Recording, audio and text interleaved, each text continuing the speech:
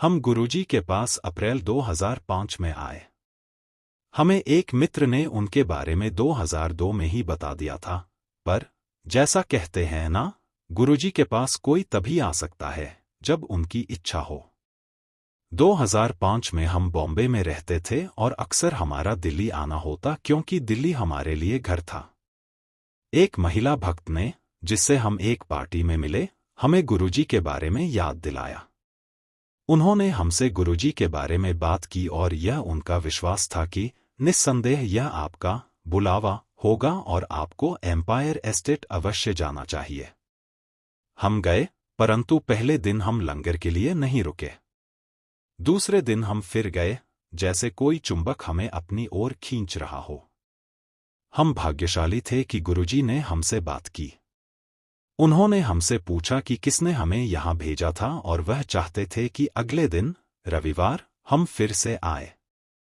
हमने उन्हें बताया कि अगले दिन हम हवाई जहाज से बॉम्बे वापस जा रहे थे, तो वह बोले, टिकट कैंसिल करा। ब्लेसिंग नहीं लेनी। उन्होंने हमें तांबे का लोटा भी लेकर आने को कहा। उन्होंने वह लोटा मेरी पत्नी के लिए अभिमंत्रित किया और अगली सुबह हम बॉम्बे लौटे। हम उन भाग्यशाली लोगों में से थे जिन्हें गुरुजी का आशीर्वाद प्राप्त हुआ, उसकी असल मूल्य और गहराई जानने से भी पहले। उस समय हम एक बहुत ही सामान्य परिवार थे, बिना कोई मुख्य समस्या के। गुरुजी ने हमें आशीर्वाद दिया और हमारी वो परेशानियां दूर कर दीं जिनके बारे में हमें जानकारी भी नहीं थी। अप्रैल 2005 के बाद मैं हमेशा दिल्ली में अपनी मीटिंग बृहस्पतिवार या शुक्रवार को रखने की कोशिश करता ताकि मैं गुरुजी के दर्शन कर सकूं। जब मई 2005 में पहली बार मैं उनके पास वापस गया और लंगर के बाद रुका, गुरुजी ने मेरी ओर देखा और बोले, तू फिर आ गया मुड़के, तू फिर से वापस आ गया। और जब मैंने उनसे कहा कि दिल्ली में मेरी मीटिंग थी इसलिए मैं उनके दर्शन के लिए आया था, वह बोले, बस देखता चल हूं तू बस अब देखते जाना, जितना हो पाता उतना हम उनके पास आते रहे। उनमें एक खिंचाव था। जब भी हम दर्शन के लिए एम्पायर एस्टेट आते, हम बहुत संतुष्टता और आनंद का अनुभव करते, जैसे हम किसी और ही दुनिया में पहुंच गए हों।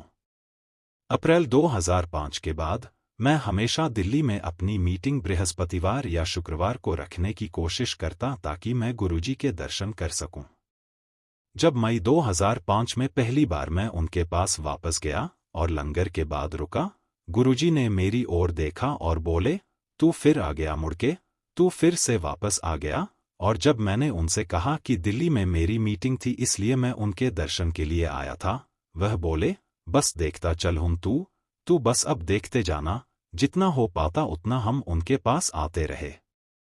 उनमें एक खिंचाव था। जब भी हम दर्शन के लिए एम्पायर एस्टेट आते, हम बहुत संतुष्टता और आनंद का अनुभव करते, जैसे हम किसी और ही दुनिया में पहुंच गए हों। गुरुजी ने हमें संदेश भिजवाया कि हम उनके जन्मदिन के उत्सव पर 7 जुलाई को बड़े मंदिर आए। यह एक बहुत ही विशेष अनुभव था और उसके बाद हम बहुत ही धन्य हो गए। गुरुजी हमें बॉम्बे वाले बुलाते थे और जब हम उनसे आज्ञा लेते वह हमेशा हमें जाओ ऐश करो कहकर आशीर्वाद देते। तब हमने उनके आशीर्वाद की गहराई नहीं समझी, पर अब हमें समझ आता है कि बॉम्बे में जो हम 3 साल रहे वो क्यों इतने खुशहाल और सुखद निकले। गुरुजी के रक्षा कवच की हमें पहली बार जुलाई 2005 में अनुभूति हुई। जुलाई 26 को मुंबई में इतना अधिक पानी भर गया था जैसा पहले कभी नहीं हुआ था। पूरे शहर में सभी को बहुत परेशानी झेलनी पड़ी, पर हमें कोई परेशानी नहीं हुई। हमारे अधिकतर मित्रों को किसी न किसी परेशानी का सामना करना पड़ा, पर हम सुरक्षित और उनके आशीर्वाद के संरक्षण में थे। हमारी बेटी स्कूल से वापस घर सुरक्षित पहुंच गई, जबकि उसी स्कूल में हमारे मित्रों के बच्चों को रात स्कूल की बस में ही काटनी पड़ी। मेरे बहुत सहकर्मी अगली दोपहर को घर पहुंचे, पर मैं उसी शाम घर पहुंचा, बस करीब 1 घंटा देर से। जिस कॉलोनी में हम रहते थे, उसमें पानी और बिजली की कोई समस्या नहीं हुई। यहां तक कि हमारे यहां काम करने वाले भी नियमित रूप से काम पर आते रहे। एक हफ्ते में ही हमारी जिंदगी बिल्कुल सामान्य रूप से चल रही थी, जबकि पूरा शहर सामान्य अवस्था में आने के लिए संघर्ष कर रहा था। गुरुजी अंतर्यामी हैं और कुछ भी उनसे छुपा नहीं है, यह बात हमें जल्दी ही स्पष्ट हो गई थी। मेरे एक प्रारंभिक दर्शन के दौरान एक महिला का सत्संग सुनते समय वह बोले, साईं भगत तू भी सुन, साईं बाबा के भक्त तू भी सुन। मैंने संगत में कभी उल्लेख नहीं किया था कि मैं कई बार शिरडी होकर आया था और मुझे शिरडी साईं बाबा में आस्था थी, वह यह जानते थे। एक बार मेरी पत्नी की एक छोटी सर्जरी होनी थी। हमने यह बात गुरुजी को बताई भी नहीं थी, परंतु अगली बार जब मैं मुंबई से गुरुजी के दर्शन के लिए आया, वह बोले, हो गई तेरी वाइफ ठीक। मुंबई में रहते हुए हम हमेशा ऐसे अवसरों की ताक में रहते कि हम गुरुजी के दर्शन के लिए दिल्ली आ सकें, और उन्होंने हमें ऐसे आशीर्वाद दिया जैसे एक पिता देते हैं। मुझे याद है कि हम दिल्ली उतरते और हवाई जहाज में ही हमें उनकी सुगंध आ जाती। लालची बच्चों की तरह हमेशा हमारी कोशिश रहती कि जितना हो सके हम उनके सिंहासन के करीब बैठें। जब हम संगत से लौटते तब भी कुछ समय तक हमारे कपड़े उनकी सुगंध से महकते रहते, पर अपनी नादानी में हम यह सोचते कि ऐसा हमारा उनके करीब बैठने के कारण है। एक बार गुरुजी के अपने कमरे से बाहर आने से पहले ही मुझे पहली मंजिल पर भेज दिया गया और लंगर के बाद बैठने का मौका भी मुझे नहीं मिला। उस दिन उनकी सुगंध मेरे कपड़ों में अगली सुबह तक रही, एक स्पष्ट चिन्ह कि यह उनका आशीर्वाद था, ना कि उनके करीब बैठने के कारण।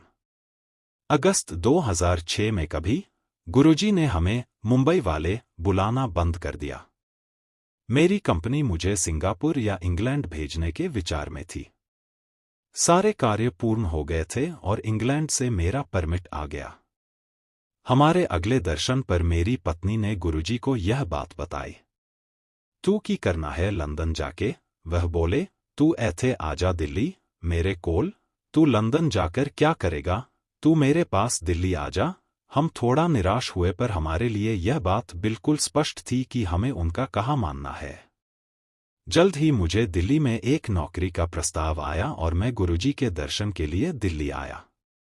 उन्होंने मुझे दूर से देखा और बोले, मिल गई तैनू नौकरी दिल्ली दी, हुन तू आजा। तुझे दिल्ली में नौकरी मिल गई, अब तू इधर बस जा। उसके बाद सब कुछ बस अपने आप होता गया, मानो जैसे हमारे जीवन की डोर उनके हाथों में थी। उनके आशीर्वाद से हमारी बेटी का दाखिला देहरादून में एक अच्छे स्कूल में हो गया। 13 अप्रैल 2007 को हमने मुंबई से अपने सारे नाते तोड़ दिए और दिल्ली उतरते ही सीधे बड़े मंदिर गए। दिल्ली आने के बाद हम नियमित रूप से उनके दर्शनों के लिए जाते, लेकिन लंगर के बाद रुकने का अवसर हमें कम ही मिलता। एक शाम एम्पायर एस्टेट से वापस जाते हुए हम गाड़ी में बात कर रहे थे और हमारी इच्छा थी कि लंगर के बाद गुरुजी हमें रुकने की अनुमति दें। उन्होंने हमें इसकी अनुमति दी और जब हमने उनका धन्यवाद किया तो वह बोले, मैं गाड़ी विच सुन लया सी, मैंने गाड़ी में तुम्हारी बातें सुन ली थीं। हम धन्य हैं कि हमें उनके चरण कमलों में रहने का अवसर मिला। हम यह भी अनुभूति है कि उन्होंने हमें परेशानियों से बचा के रखा है। परेशानियां आने से पहले ही वह उनका समाधान कर देते हैं। उनके महासमाधि लेने के बाद भी हम उनके सुरक्षा कवच के तहत हैं। एक बार देहरादून से लौटते समय गाजियाबाद के पास हमारी गाड़ी को एक ट्रक ने आकर मारा। हमने धातु उखड़ने की आवाज सुनी और हमारी गाड़ी में बहुत जोर का झटका लगा, किंतु हम पूरी तरह सुरक्षित थे। हमें एक खरोंच तक नहीं आई थी। गाड़ी भी वापस चलाकर लेकर जाने की हालत में थी, परंतु जिसने भी गाड़ी देखी वह विस्मित रह गया कि किसी को भी चोट नहीं पहुंची थी। हमारा ड्राइवर जो हमें एम्पायर एस्टेट लेकर जाता था, बहुत निराश हुआ कि उसे गुरुजी के दर्शन का अवसर प्राप्त नहीं हुआ। गुरुजी की महासमाधि के बाद उसने गुरुजी का स्वरूप मांगा। उसकी पत्नी को दूसरा बच्चा होने वाला था। क्योंकि उनका पहला बच्चा सीजेरियन से हुआ था, वे चिंतित थे और चिकित्सकों ने इस बार भी सर्जरी होने की ज्यादा संभावना बताई थी। उसकी पत्नी ने गुरुजी से नियमित रूप से प्रार्थना करनी शुरू की। एक शाम अगरबत्ती जलाते समय उसने मन में सोचा, गुरुजी मैंने तो आपको देखा भी नहीं। अगली सुबह गुरुजी ने उसे दर्शन दिए, आशीर्वाद दिया और उसे बोले कि उसे लड़का होगा और वो भी सामान्य प्रसव से। 1 महीने के अंदर पति पत्नी को लड़का हुआ, निस्संदेह सामान्य प्रसव से।